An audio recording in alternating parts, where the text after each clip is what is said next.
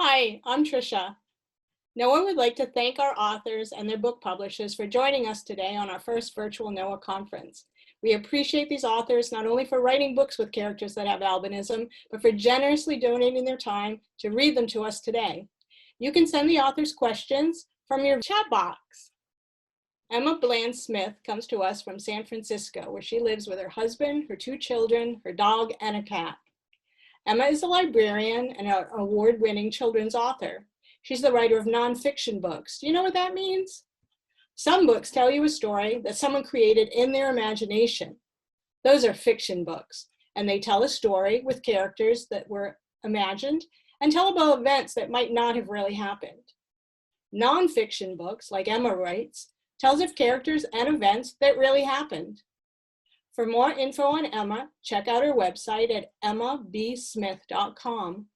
Today, Emma will be reading her newest book, Claude, The True Story of a White Alligator. Emma told me that when she was doing research on albinism for her book, guess where she looked? You got it, the NOAA website. This book will be available for purchase next month in August. I'd like to thank Whitney Berger from the Sasquatch Books for sending me an advanced copy. I loved it, and I hope you do too.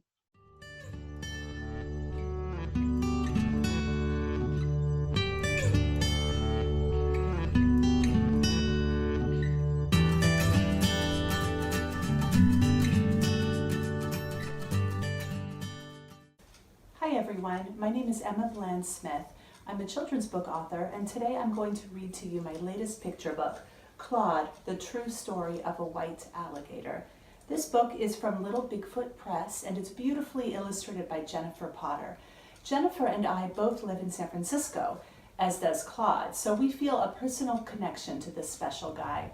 This book was several years in the making, so I'm so delighted and proud that it's finally out in the world, and I can't wait to share it with you. So lean back, relax, and I hope you enjoy the story.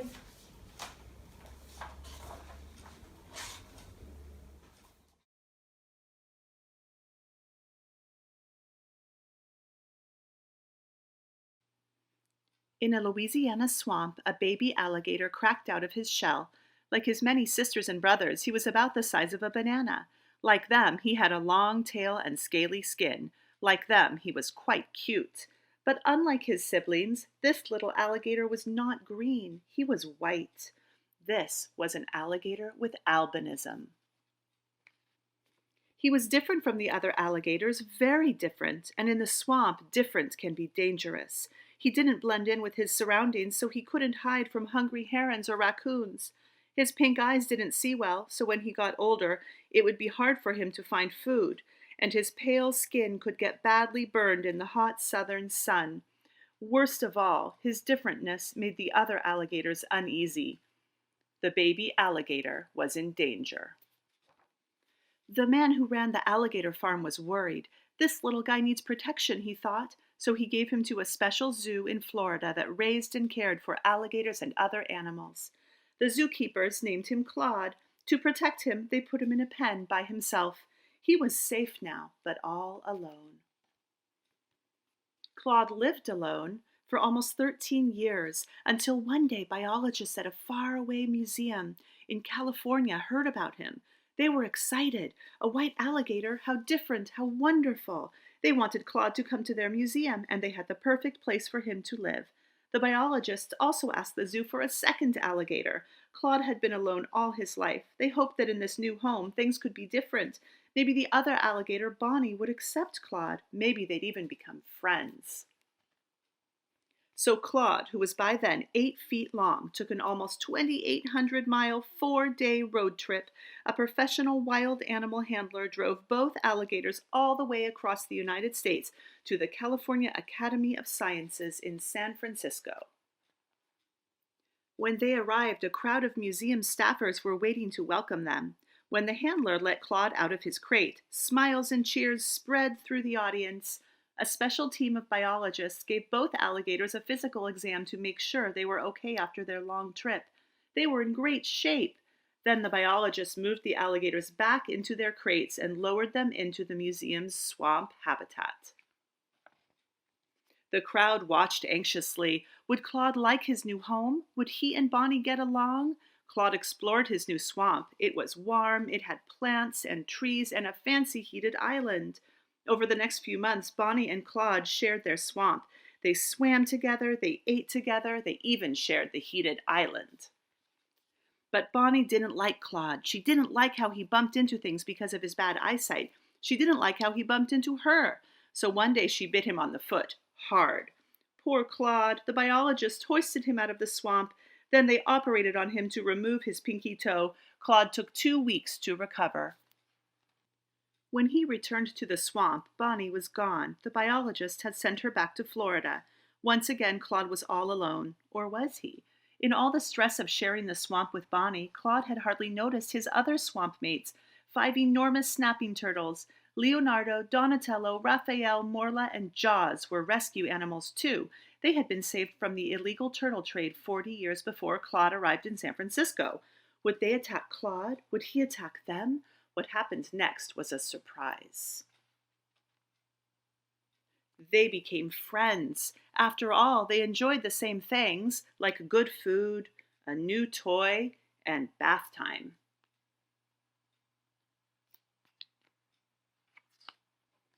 Sometimes they squabbled, as friends do. Once, Leonardo decided to check out Claude's fancy heated island. Claude was annoyed. He sat on Leonardo. But eventually, they worked it out. The turtles didn't mind that Claude was different from other alligators. They were turtles, for goodness sake. For the first time in his life, Claude had buddies. Claude made other friends as well. People from all around the world came to San Francisco to meet him. A white alligator? How different, how wonderful, they thought. His fans drew pictures of him and wrote him letters. They bought stuffed white alligators at the museum shop to take home and cuddle. And on his hatch day, they threw him a huge party. Claude was a celebrity. He was also an ambassador for science. Visitors learned about how habitat destruction is hurting wildlife. They learned about camouflage and animal behavior and the genetic code that makes each creature unique, including Claude. They learned that there are hardly any alligators with albinism in the whole world, probably fewer than 30. Claude was no longer alone. Now he had friends by the thousands. The lonely outcast alligator had become the most loved alligator in the world. Claude was still different, very different, but in this swamp, different was wonderful.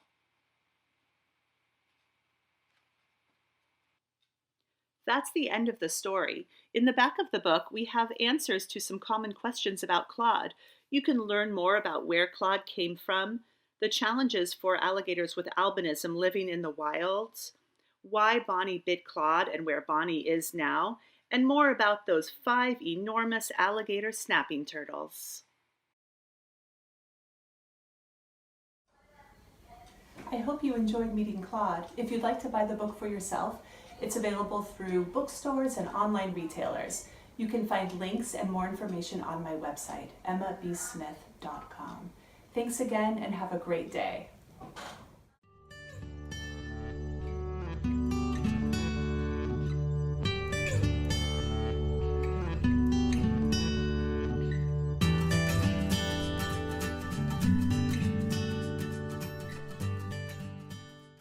The next author reading today will be Beth Vrabel. When she's not visiting schools to talk about storytelling, she's at home in New England with her family and her 2 over-Instagrammed dogs. Beth wrote her first story when she was in the 4th grade for a library story writing contest. 25 years later, she had her first book signing at the same library. Her fiction books are geared for and written about the trials and troubles of middle schoolers. Today, she will be reading to us from her ILA award-winning book, A Blind Guide to Stinkville. Her daughter Emma helped Beth create the character of Alice when she was struggling to find a book about a regular girl with regular hopes and worries who happened to also have albinism. You can find more about Beth at bethvrabel.com. I just finished this book and I can't wait to start the second one. Hello, NOAA conference attendees. This is Beth Vrabel. I'm the author of A Blind Guide to Stinkville, and I am so excited to share this with you. I wrote A Blind Guide to Stinkville when my daughter Emma was 12 years old and was looking for a regular book about a regular girl going through regular experiences who shared her challenge of having ocular albinism. And it was such a journey in writing this story using her input. Emma has low vision. Alice in the book is legally blind and has ocular cutaneous albinism. So there are definitely some differences, but it was inspired by just looking for that type of character. I'm super excited to share this first chapter with you from A Blind Guide to Stinkville, and I'm really grateful that you guys are participating in the NOAA conference, albeit a little bit different this year. We had the chance to go to the Kansas City conference, and it was such a powerful, life-changing experience for both me and Emma. So I'm really excited for you to be on this journey as well. So here we go. Chapter 1, Blind Guide to Stinkville. Even I could see that Tudor was no seeing eye dog. The ancient Shih Tzu was about the size of a loaf of bread. His bottom teeth poked out of his mouth all the time. His eyes were once brown, but now they were sort of gray. Tudor's favorite thing in the world to do was to rub his butt along the ground, or the table, or someone's leg, and to fart. And that's the story behind the name Tudor. After Mom finally agreed that my brother James could walk me to the library instead of making me spend another summer day alone at home, I mean, I guess technically it's home, even though it doesn't feel like it yet, he grabbed Tudor's leash from the hook by the door. "Come on, Alice. Might as well take care of 2 needy pains in the butt," he muttered. We moved to Sinkville, South Carolina about 3 months ago. Sinkville is the official name, but everyone calls it Stinkville. Home, I mean real home, is Seattle, Washington. We lived there right along the shore all 12 years of my life. There was always a wonderful blanket of soft gray in the sky, so I only had to put on sunscreen once in the morning and my milk white skin stayed perfectly pale. The air smelled salty and like rain. Mom would walk me to school during the school year, and I'd spend the summer hanging out with my best friend Eliza, who lived a block from us. Her mom let her walk over to our house by herself in the morning, but of course it was impossible for me to head out on my own, so we'd always hang out at my home. Mom would bake us cookies and tell us stories about her life before Alice, when she was a travel writer. She made every day feel like an adventure. Sometimes when Dad came home from work, he'd say, "Where'd you go today, Alice?" And I'd say anything from Argentina to Zaire, wherever Mom had talked about that day. Here in Stinkville, life is pretty much the opposite. We live in a little house in the middle of the woods. Even with all the trees, the sky is a blazing blue. I have to put on sunscreen every other hour, for real. And the air in Stinkville smells like rotten eggs. That's because the whole town is centered on M.H. Bartle Paper Mill, where almost everyone, including the new plant manager, aka my dad, in town works. Do you know how paper is made? I don't either. But I do know it involves purposefully rotting wood. Rotting wood emits incredibly horrible smells.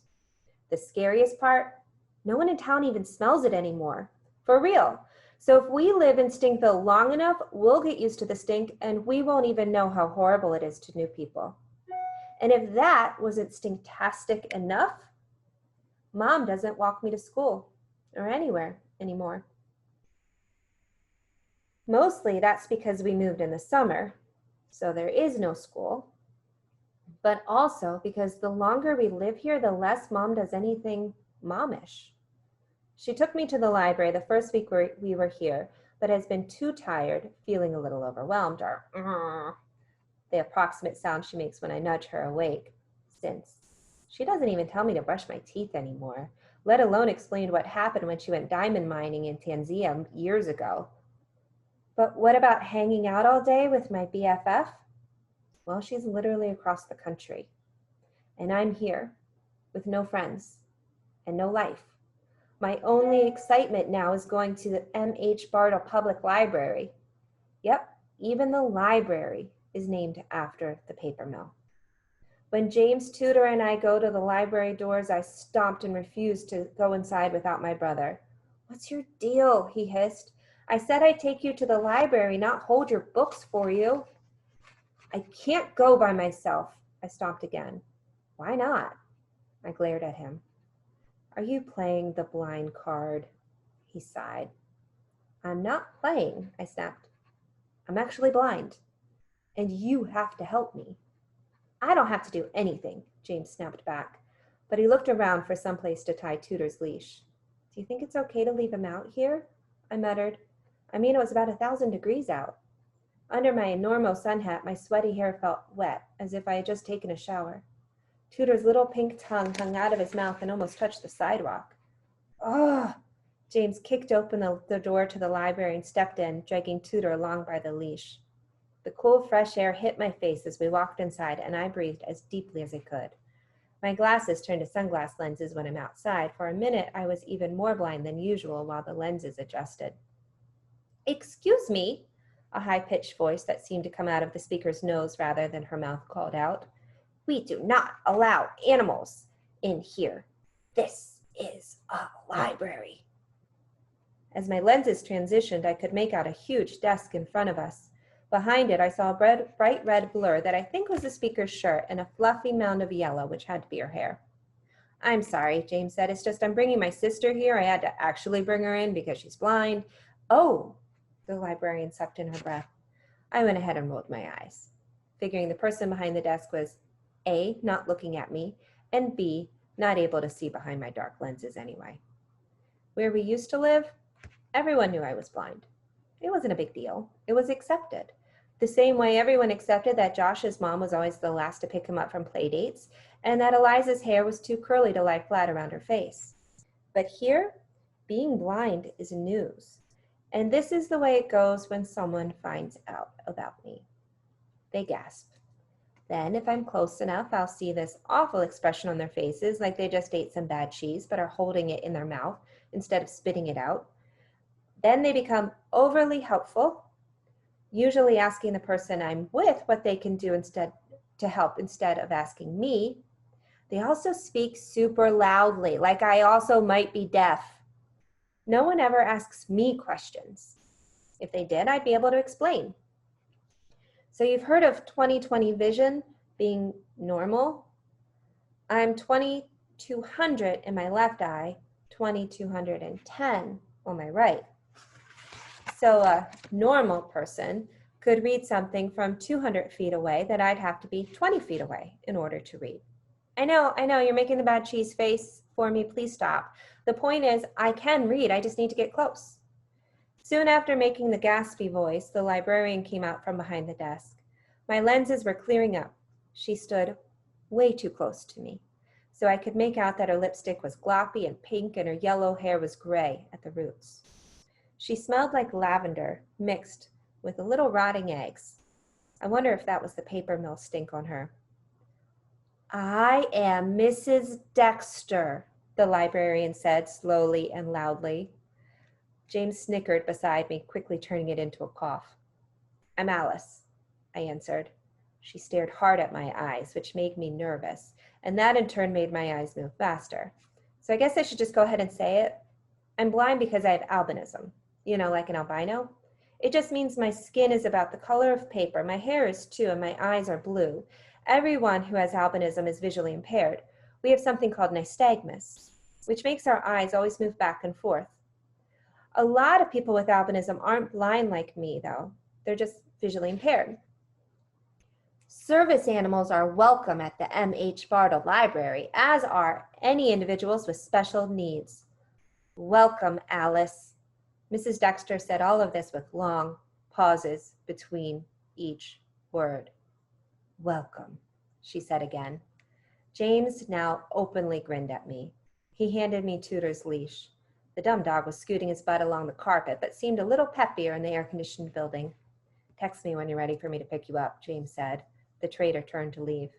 "Wait," Mrs. Dexter stole my line. "Does the seeing eye dog know where the large print section is, or do I need to tell it?" "Oh, he'll figure it out," James answered. and all three of us looked down at Tudor, who took the opportunity to sniff his own butt with one stubby leg in the air. Just let Tudor dig in. Well, Tudor, Mrs. Dexter patted Tudor's head. Let me know if you need anything. Where's the children's section? I asked. Mrs. Dexter seemed surprised that I spoke. It's to the left. Tudor glanced up at her, so she pointed in that direction. But we don't have Braille children's books here. Actually, I can read, I said, walking purposefully to the left. I just need to get closer. And I think it all would have made a good impression on Bad Cheese-Face librarian had I not tripped. The children's section. I stopped at the entranceway and breathed in the smell of books and chaos. From the back of the vast room, I heard giggles and chattering as a preschool program led out. Beside me, to the right, tables were set up, and all in front of me, rows and rows and rows of books. Someday, I'm going to have a library in my own house. I think I could go ahead and skip the living room and just put in a reading room with piles of books where the television should be. Tudor pushed ahead of me and jumped into a chair that was shaped like an open hand. I scooped him up and sat down in his place, holding him to my lap. The chair was pretty cool, but it felt a little strange to be leaning back on a thumb. I reached out, grabbed a book at random, and opened it. I think I would have read the dictionary at this point. I was just so happy to be someplace comfortable. And just so you know, I can read regular books. I just have to hold the book a couple inches from my face and hope that there aren't italics. Nystagmus makes a mess out of italics. I use a magnifier to help me read too. It's small and sort of looks like a credit card, so I simply keep it in my back pocket. You're not actually allowed to bring pets in here. I glanced over the cover of the book, which ended up being Because of Winn-Dixie, in the direction of the voice. That's a rule, even if you're reading a dog book. In front of me was a girl about my age, maybe 11 or 12. Her arms were crossed and her voice was super quiet, maybe because we were in a library, but mostly she seemed like the type to always have a quiet voice. She leaned forward to rub Tudor's fluff ball head. The girl's dark brown skin made my milky white skin look even more like Oreo stuffing. Tudor tilted his head into her hand and let his tongue roll out of his open mouth. Kate DiCamillo, the author of your book, writes that it's hard not to fall in love with a dog with a great sense of humor, she said with a slight laugh. He's my seeing eye dog, I said. The girl laughed. Sure he is. I smiled back. The lady up front fell for it. So now Tudor is here. Mrs. Dexter isn't all there, if you know what I mean. The girl twirled her finger next to her ear and then sat in the chair next to mine. I'm Karika, by the way. My mom's the children's librarian. She's going to freak when she sees your dog here. I want a dog so bad, but she keeps saying no. I'm Alice. I just moved here a few weeks ago. I figured, Karika said. It's a small town. Someone new stands out. They stand out even more if they're an albino. Karika snorted. Then she bit her lip and smashed her lips together so hard that I snorted too. I'm sorry, she gasped. I didn't mean to laugh, but it was just so obvious. I laughed. Soon we were both giggling. In a few minutes, I learned a lot of things. First, Karika spends every summer day, all day, in the library with her mom. She's read about 40 books already, and it's only the end of June. Most of them are dog books, she said, and shrugged in a sad sort of way, which I immediately got. Everyone knows dog stories are a downer. When I'm tired of reading, I draw pictures of the characters. She flipped open the notebook she was holding and held it up for just a second. I pretended I could see the drawing. Second, Karika asks direct questions, but they don't feel rude. Like when she asked me if everyone in my family has albinism. No, just me. And then said, that must feel a little lonely. That could have made me feel sad, but it didn't. It made me feel like she understood. Is that a dog in my library? A booming voice called out. Karika kept on rubbing Tudor's head, who had abandoned my lap for hers the second Karika had sat down. Simmer down, Ma. It's a seeing eye dog. Karika's mom stood in front of me, her arms crossed. She looked so much like a bigger, softer version of Karika that I had to smile. She watched the two of us for a long moment. Does Mrs. Dexter know about this animal in here? I nodded. If it helps, I really am blind. She's got albinism, Ma. Is that right? She muttered in the slow southern twang I was still getting used to hearing. She seemed a little caught off guard, but didn't have the bad cheese face. It's kind of funny. When I lived in Seattle, everyone I knew had always known me, like Eliza and I had been in the same playgroup when we were babies. Our neighbors had never moved. My elementary school teachers had all taught James before me. Everyone knew everything about me without my ever having to tell them. So I never had to explain albinism, blindness, or nystagmus to anyone before. They already knew. But here I was in this library for less than an hour. And I already had to tell 3 people I was blind. The third time, it just sort of slipped out. Ma, this is Alice. She's new to town, Karika said. Welcome, Alice. I'm Mrs. Morris. Make sure your dog doesn't doo-doo in the library. Mrs. Morris started to walk away, then turned back suddenly and rubbed Tudor's head. This was seriously the dog's best day ever. Honestly, it was my best day ever in Stinkville. So there you go, the very first chapter of A Blind Guide to Stinkville. I hope that you will check it out. I believe it's on Bookshare if that's something you have, and it should also be at your library or available to download. I know it's a little tricky getting books in some areas of the country right now. So if you run into any difficulty, let me know. And if you've got any questions about Stinkville, about the story or other things I've been working on, don't hesitate to reach out. I'm available at bethrabel.com. Thank you for listening and enjoy the NOAA conference. It's seriously one of the coolest events out there. Bye, guys. Our third author reading today will be Kate Hancock. Kate has had many careers. She was briefly an actor. She was a stage manager, a prop mistress, a 4th grade teacher, an art gallery manager. But through all of those careers, she has always written. Even when she was a kid, she loved to tell stories. Her mother called it lying, but Kate just thought of it as making the truth more interesting. Kate would rather read children's books than adult books. She lives on the island of Martha's Vineyard with her husband, Fred, and their cat, Charlotte. Kate will be reading her book, Spotless. Also reading today is Caroline Venn. Caroline's a member of the NOAA family who assisted Kate with information on albinism. Caroline will be reading her contribution to Spotless, 10 Things You Should Know About Albinism. Kate and Caroline will include a question and answer that they recorded. Hello, I'm Kate Hancock, and together with my collaborator, artist Lane Gregory, we wrote a book especially for you. It's called Spotless.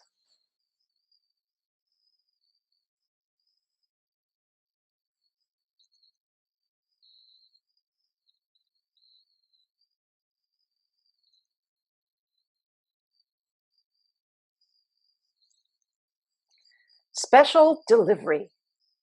The baby giraffe was only a few minutes old when he felt his mother's warm, wet tongue begin to lovingly clean his soft coat. The sun was shining on his back, and he became aware of birds singing, bees buzzing, and laughter.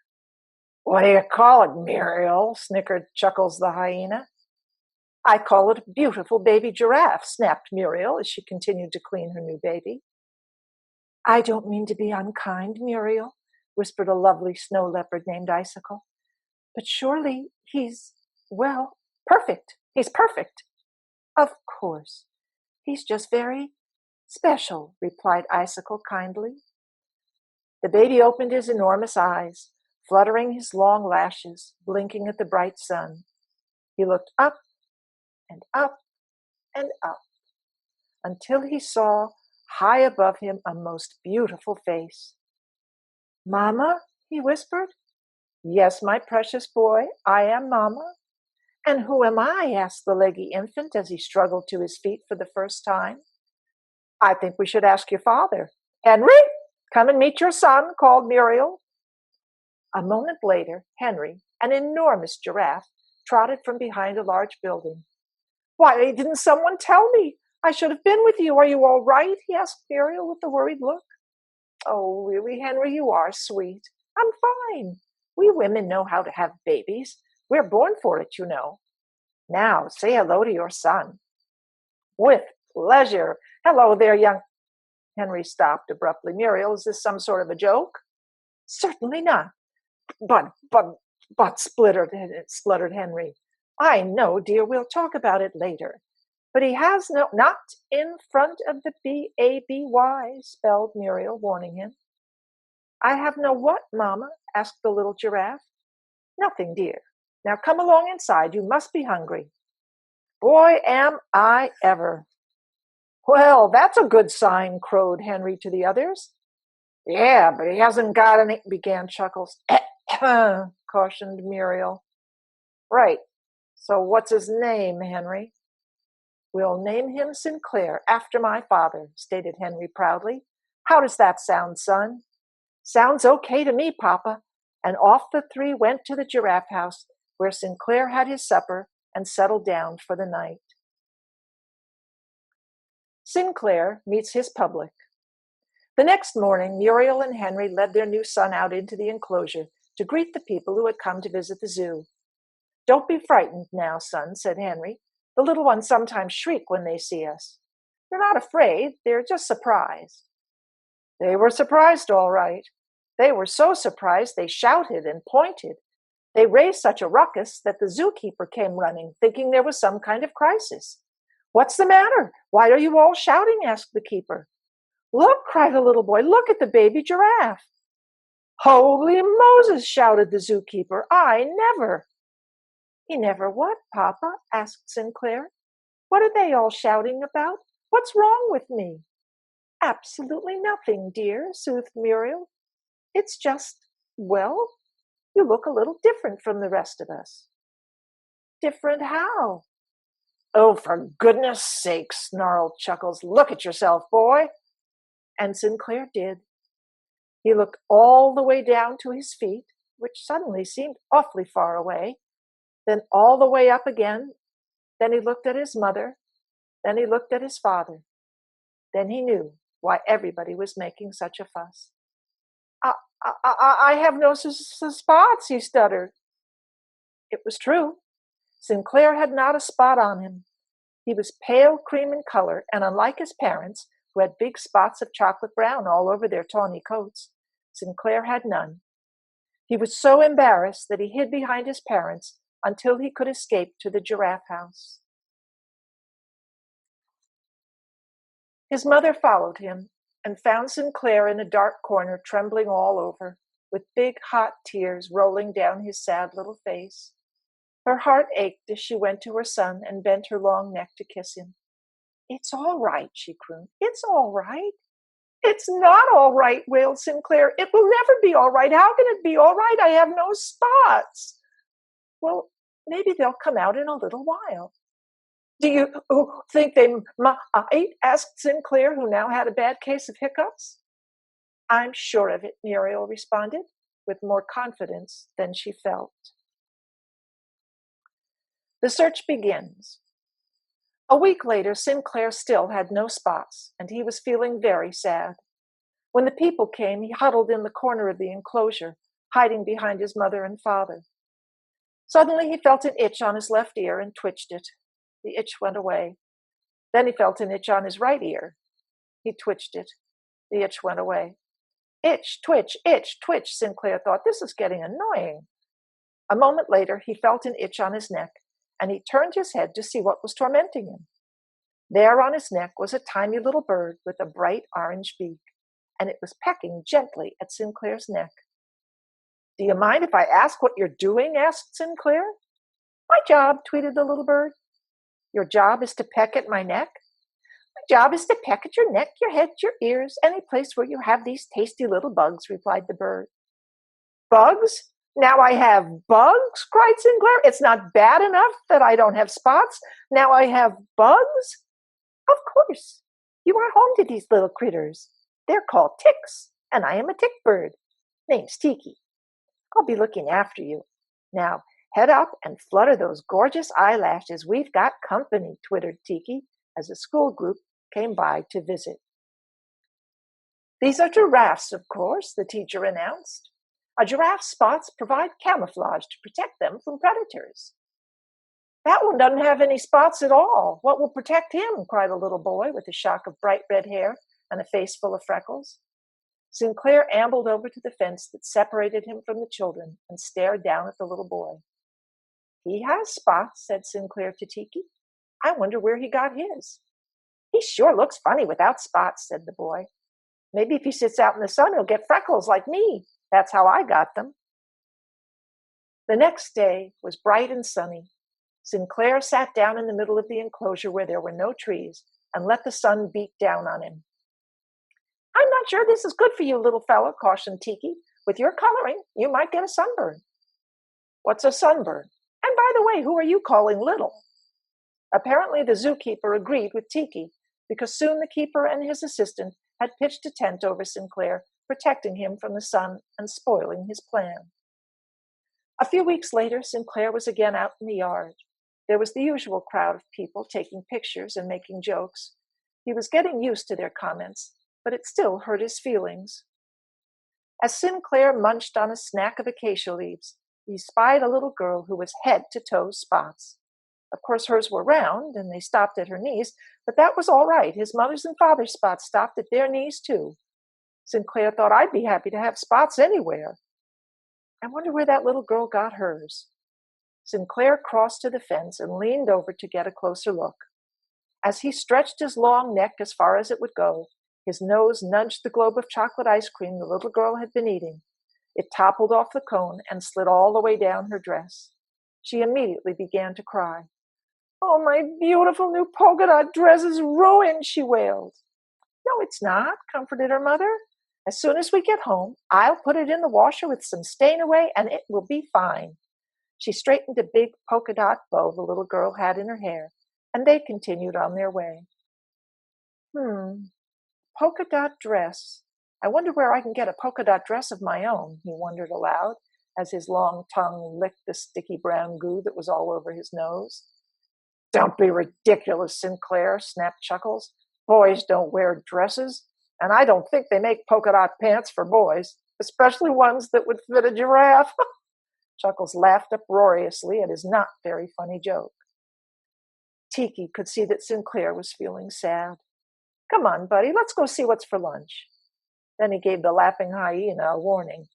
I wouldn't let Muriel hear you making fun of Sinclair if I were you. One kick from a giraffe and you won't have anything to be laughing about. The weeks went by. Sinclair grew taller, but no spots appeared. People continued to laugh and make jokes, and each unkind comment hurt Sinclair deeply. Some days he refused to come out into the enclosure at all. When he did, he would sit down with his back to everyone or stand behind his parents. Then one day, Sinclair and Tiki were in the enclosure when a little boy and his father came to visit the giraffes. Sinclair thought he was a beautiful little boy. There was something different about him, but Sinclair couldn't figure out what it was. The boy took something from his pocket and held it to his eye. Look, Dad, this sign says he's an albino giraffe. He's just like me, cried the boy. What does he mean? Sinclair asked Tiki. Tiki shrugged his wings. He didn't know. I think you're right, Victor, said his father. The giraffe can't make pigment either. And without pigment, the giraffe can't make color, so he has no spots, cried the little boy excitedly. Sinclair leaned his head way over the fence to look closely at the little boy. And suddenly he realized what was different about him.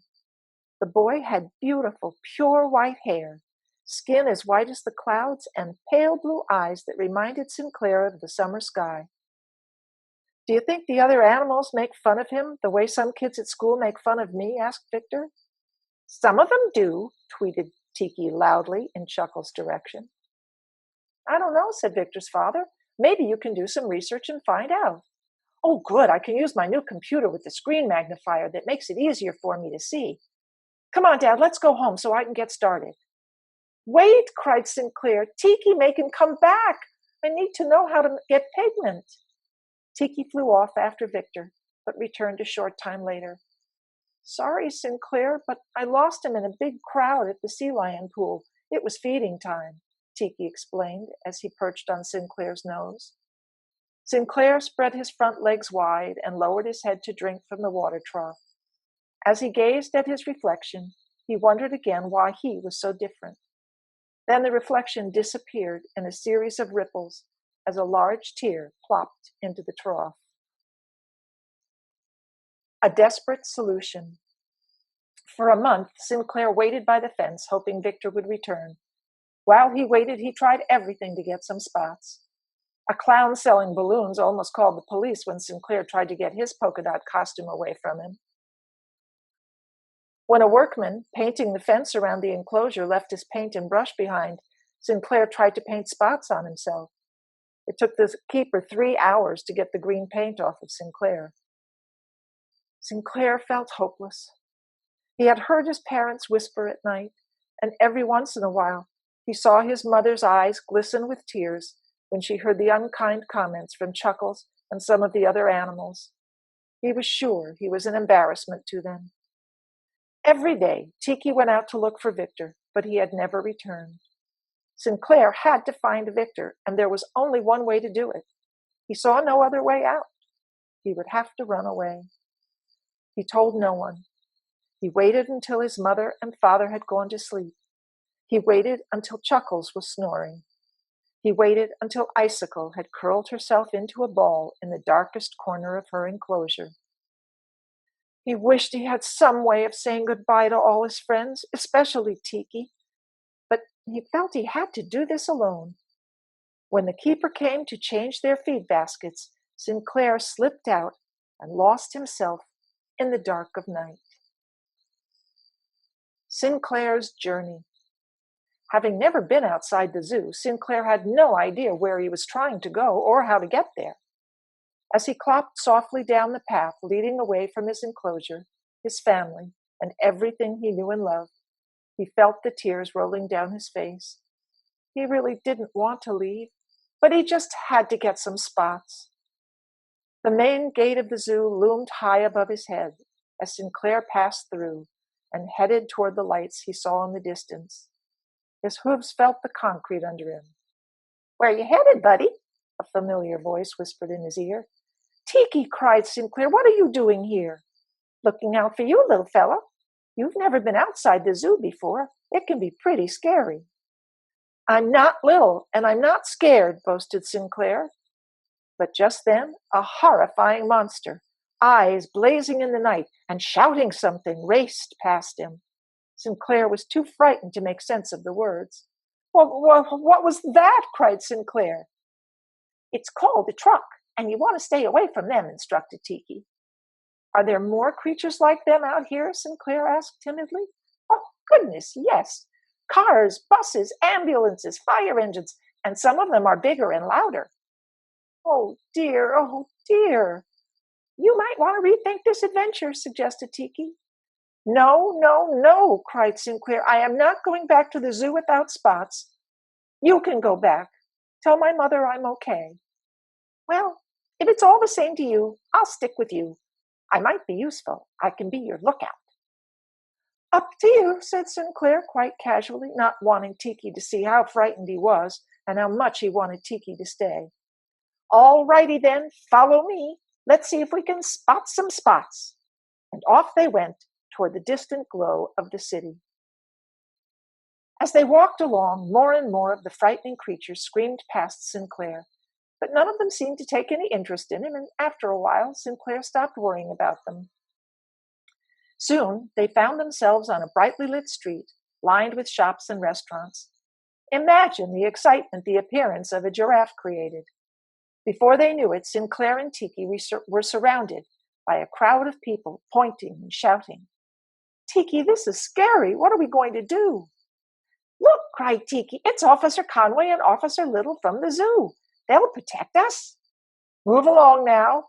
Move along," Officer Conway ordered the crowd. "Hey, Sarge, isn't that the giraffe from the zoo? What's he doing here?" asked Officer Little. "I guess we ought to call the zoo and have them come and get him," replied Officer Conway.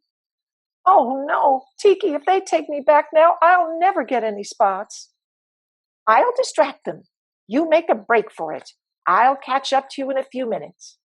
With that, Sinclair took off while Tiki began to flutter circles around the police officers, fluttering his wings in their faces and scolding them until they escaped to their patrol car. Then he flew off to look for Sinclair. By this time, Sinclair had traveled several blocks and had no idea where he was. The buildings were closed and dark. His hooves clattered on the pavement as he looked down alleys and around corners. As he came to the end of a darkened street, he heard voices. Cautiously, he peered around the corner. There was a small group of people outside a brightly lit store. Quietly, he approached. Suddenly, a young man turned and saw Sinclair. "Wow, look at that! I thought that story on the news was an April Fool's joke. It really is an albino giraffe." The young man stared at Sinclair, and Sinclair stared back. By now, Sinclair had seen a great many human beings, but he had never seen one like this one. Sinclair remembered what Victor had said about not seeing as well as others, and he moved closer to be sure that his eyes were not playing tricks on him. But no, the man had pictures all over him.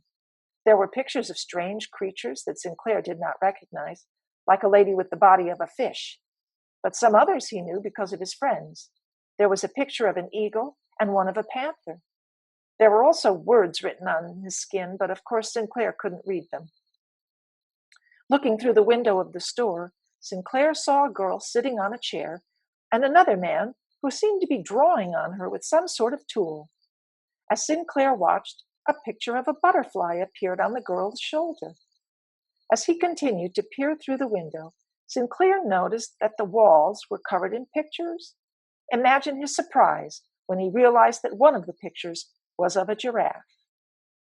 Could it be possible, he wondered? If that man can make a butterfly on that girl, perhaps he can make spots on me. I have to try. Sinclair pushed the door with his nose and clip-clopped into the store. Ups and downs. The tattoo artist did not look up from his work, but said, "Just have a seat and I'll be with you in a minute." "Herbie, I stammered the girl, pointing to Sinclair. I don't think—" "You don't think what, Alice?" asked Herbie. "Don't tell me you've changed your mind now," he warned. "No, look," she said, pointing at Sinclair. As Herbie turned to look, the tool he had been using fell to the floor and his mouth dropped open at the sight of a white giraffe in his tattoo parlor. "Scat! Go away!" cried Herbie as he grabbed a chair. "But I just want some spots," thought Sinclair. "I'm not going to hurt you." How could he make the man understand what he wanted? This wasn't working. What could he do? Suddenly, an idea came to him. He went over to the wall with all the pictures, and using his long, flexible tongue, he gently removed the picture with the giraffe from the wall and carried it back to Herbie. Sinclair stood quietly in front of the man, holding the picture so he could see it. "You want a tattoo of a giraffe?" "Herbie," cried Alice, "I think he wants you to tattoo spots on him. And for heaven's sake, put down that chair. He's not going to hurt you." "How do you know?" asked Herbie. "Giraffes are very peaceful. They never attack unless they are attacked.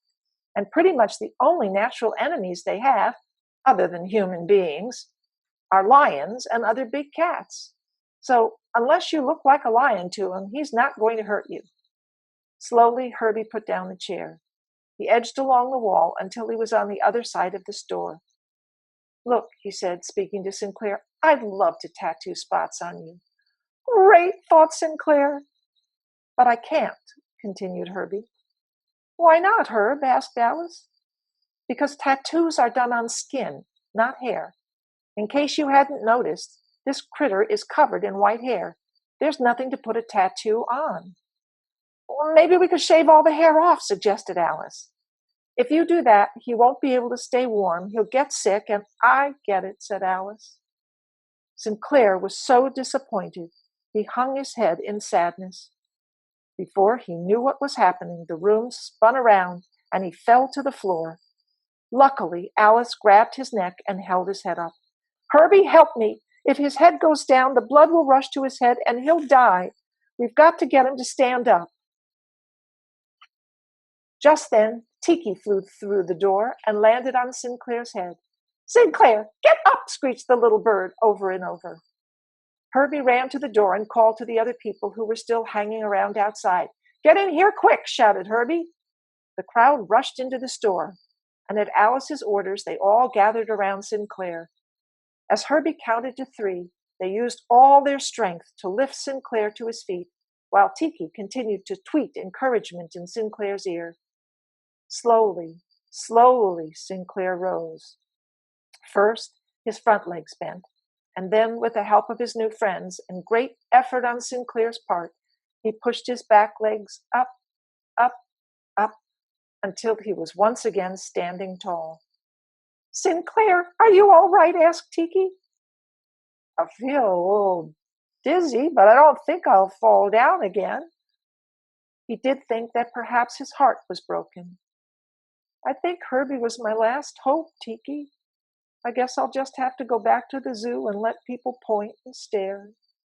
Take my picture and laugh at me," Sinclair said sadly. Just then, he heard a voice behind him. "Look, Dad, it's Sinclair, the albino giraffe," cried a small voice. Sinclair turned and saw Victor, the beautiful white-haired boy, standing in the doorway with his father. "He's been trying to get me to tattoo spots on him," explained Herbie. "Oh, Dad, that's just like me. Remember that time I read that tea would make my skin tan, and I sat in a tub full of water and tea bags?" "I certainly do," replied his father. "That was back when I thought there was something wrong with being a person with albinism. I guess poor Sinclair feels the same way. Look, he's been crying. He shouldn't be so sad." "Well, I don't know what we can do about it," said his father. "I'm not a zoologist, I'm an advertising executive." "I know," said Victor. Then he smiled. "Dad, I have an idea. Listen." Victor whispered in his father's ear. At first his father shook his head, but then he stopped and listened some more. "You know, I think it might just work," said Victor's father. He walked over to Sinclair. He reached up and patted the long, soft neck and whispered quietly, "Come on with us, big fella. I think we might be able to help." Sinclair figured he had nothing to lose, and after giving Alice and Herbie what amounted to a giraffe kiss, Sinclair clip-clopped out of the store behind Victor and his father, with Tiki perched between his ears. Homecoming.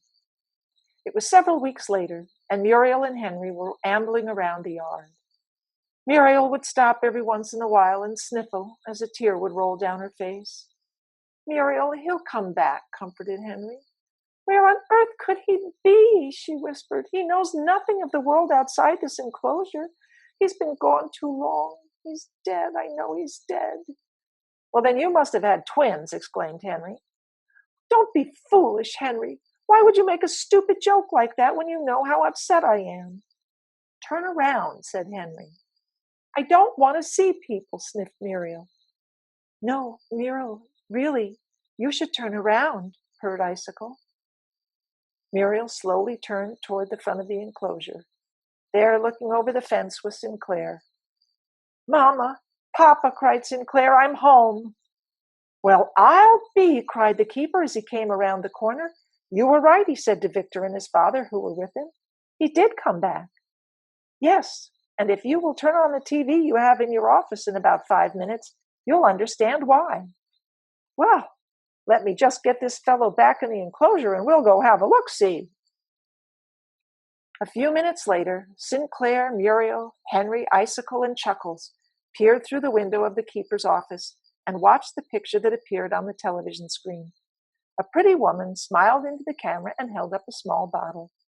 "Stain Away is the greatest product I've ever used. It removes any sort of spot or stain you can imagine, from chocolate to blood to red wine. You don't believe me? Here it comes, chirped Tiki. "Just try Stain Away," encouraged the woman as the camera pulled back, revealing Sinclair. "And you can be as beautifully spotless as my friend Sinclair." All the people in the keeper's office applauded, and the animals turned to look at Sinclair, who actually blushed with pride. Sinclair is going to be the most successful advertising mascot in the history of the industry, crowed Victor's father. Does that mean he'll have to go away again? Asked Muriel in a worried voice. I'm going to stay right here, Mama. Victor has a plan for me, too, said Sinclair as Victor and his dad joined Sinclair in the enclosure. Don't forget, Dad, I'm going to write an article about Sinclair for our school newspaper, and my principal, Mrs. Hillman, said I could start a club for kids who feel different. Sinclair will be our mascot. I read that in a herd of giraffes, if there is an albino giraffe, he becomes head of the herd. He is admired and respected. Sinclair is proof positive that people with albinism are strong and beautiful. The beginning. Top 10 Things You Should Know About Albinism by Caroline Vett. 1. I was born with albinism, so you can't catch it from touching me or playing with me. 2. I have nystagmus, which means that my eyes wiggle. When I get tired or nervous, that is when my eyes wiggle the most. I can't stop my eyes from wiggling. 3. I have pale skin, blue eyes, and white hair because I don't have much pigment in my body. Some people with albinism might have darker skin tones than me and different hair colors than me because they have different amounts of pigment. 4. I can get a sunburn very easily and I need to put on sunscreen every time I go outside. I also have to wear a hat and sunglasses because it is very bright outside for me. It also helps protect my head from the sun. 5. I have to get up close to things because I may not be able to see the details on something that might be really cool. Even with my glasses on, I still need to get close to things. 6. I have tools to help me see things better. I have a magnifier, a monocular, an erasable pen that helps me see things that I write better, and a white mobility cane. Some people with albinism might use some of these tools, some of them might use all of these tools, and some of them might not use any of these tools. 7. I have special teachers that come to my school and help me to learn how to use these tools better and show me new tools. I have to leave class to see these teachers. 8. It is hard to see people from far away. If you wave to me from far away, I will not be able to see you and won't wave back. It is better if you say, "Hi, Caroline, it's me," in your name, because then I know who's waving at me. 9. It is also hard to find my friends on the playground or in the cafeteria or in the classroom. I like to plan a meeting spot with my friends. We can meet at a slide or a certain table or desk so I know where to find my friends. 10. Albinism doesn't stop me from doing other things kids with albinism do. I like playing with my dogs and friends, dancing, playing outside, riding my bike, going to the beach, going on roller coasters, going on trips, and playing the piano. I just might have to do these things a little different, use some tools, or get closer so I can see better. I also always have to do it with sunscreen, a hat, and some sunglasses.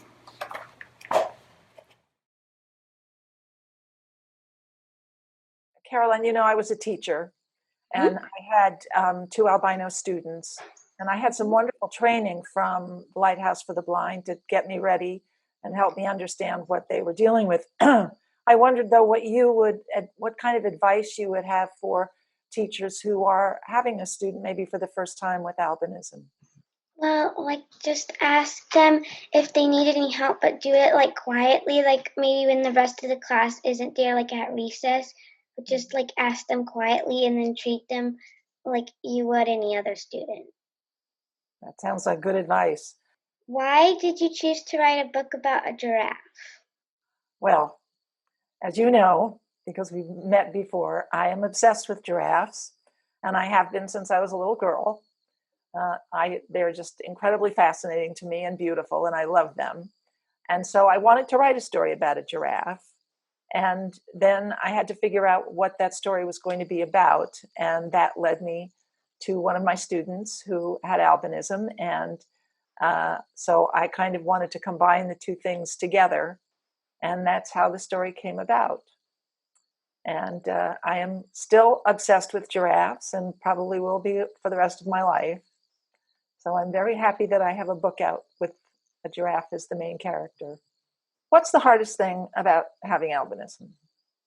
Well, when other people see something, but then you can't see it, and so like you just feel like you can't be a part of whatever they're looking at. Mm-hmm.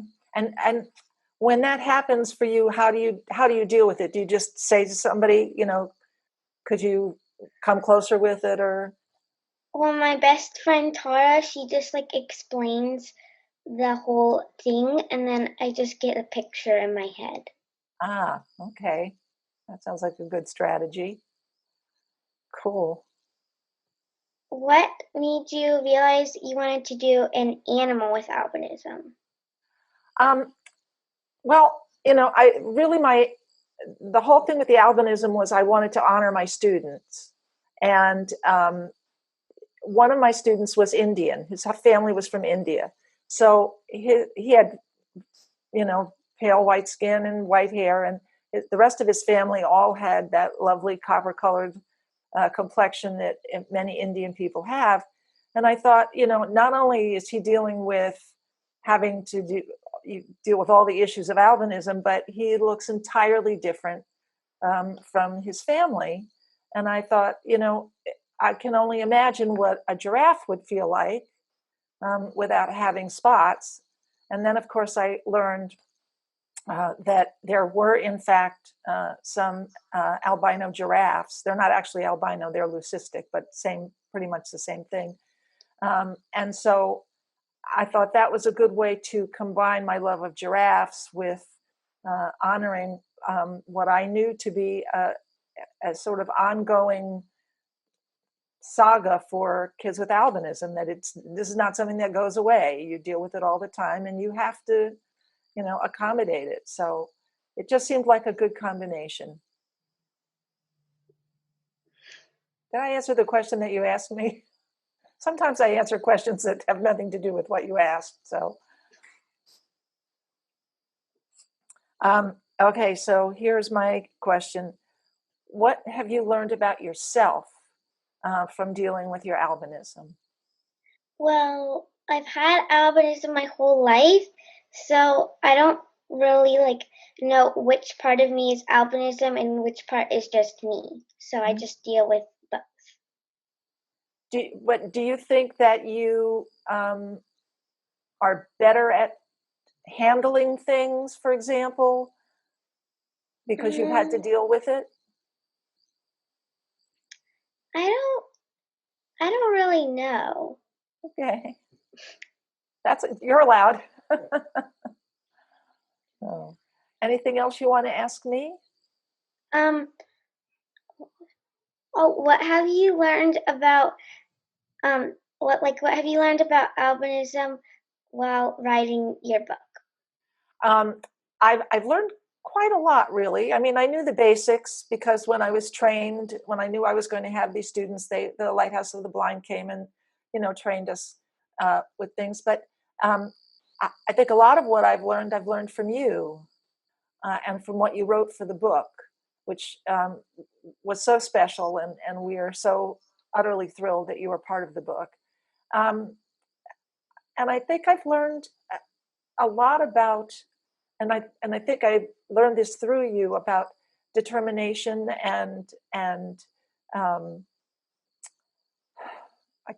can't think of the words at the moment that say what I really mean, but that it's what inspired me about my other students, that especially Vikram, who's the boy that is the character of Victor is based on. And he was just determined that he knew what he wanted with his life, and albinism was not going to get in his way. And I think that's an enormous thing for a child, a young person, to be able to do. And I see that in you. So that's one thing I learned. The other thing I learned, which I didn't know, was how many different sort of manifestations albinism has. I love the Albinism Insight magazine because I always learn so much, and I just always there's so many different stories and different circumstances, and I think probably most people, if they're not familiar with albinism, they think it's one thing, and I thought so. That's I was very happy to learn about that. Published quarterly, Albinism Insight is NOAA's official magazine, which is available in print or electronically. This full-color publication discusses many aspects of living with this genetic condition, as well as other topics of interest to the albinism community. Albinism Insight is a wonderful way for people with albinism of all ages and their loved ones to stay connected with the NOAA community.